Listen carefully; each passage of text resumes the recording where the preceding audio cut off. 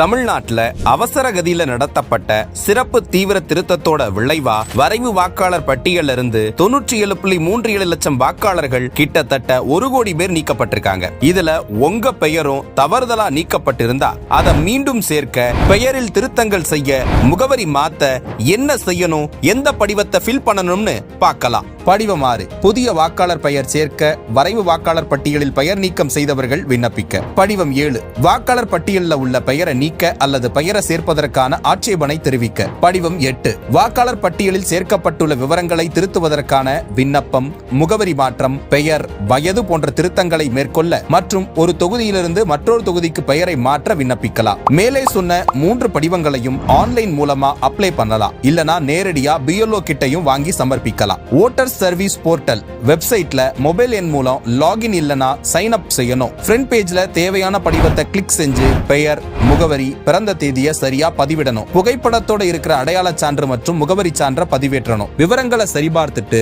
Submit செஞ்சா ஒரு reference number கொடுப்பாங்க. அதை வச்சு உங்களோட விண்ணப்ப நிலையை தெரிஞ்சுக்கலாம். மேலே சொன்ன இதே வழியை பின்பற்றி ஓட்டர் ஹெல்ப்லைன் செயலி மூலமாகவும் அப்ளை பண்ணலாம். நேரடியாக BLO மூலமும் படிவத்தை வாங்கி தேவையான ஆவணங்களோட பூர்த்தி செஞ்சு சமர்ப்பிக்கலாம். தேவையான முக்கிய ஆவணங்கள்: சமீபத்திய பாஸ்போர்ட் புகைப்படம், வயது சான்றிதழ், பிறப்பு சான்றிதழ், ஆதார் கார்டு, பான் கார்டு, 10ஆம் வகுப்பு மார்க் ஷீட், முகவரி சான்றிதழ், ஆதார் கார்டு, மின் கட்டண ரசீது, bank passbook, gas cylinder bill. 3 படிவங்களையும் பூர்த்தி செஞ்சு சமர்ப்பிக்க ஜனவரி 18 தான் இறுதி நாள். இறுதி வாக்காளர் பட்டியல் பிப்ரவரி 17 வெளியிடப்படும்னு தேர்தல் ஆணையம் தெரிவிச்சிருக்கு. அதனால உங்களோட ஜனநாயக உரிமையான வாக்குரிமையை இழக்காம இருக்க விழிப்புணர்வோட இப்பவே தேவையான படிவத்தை ஃபில் பண்ணுங்க.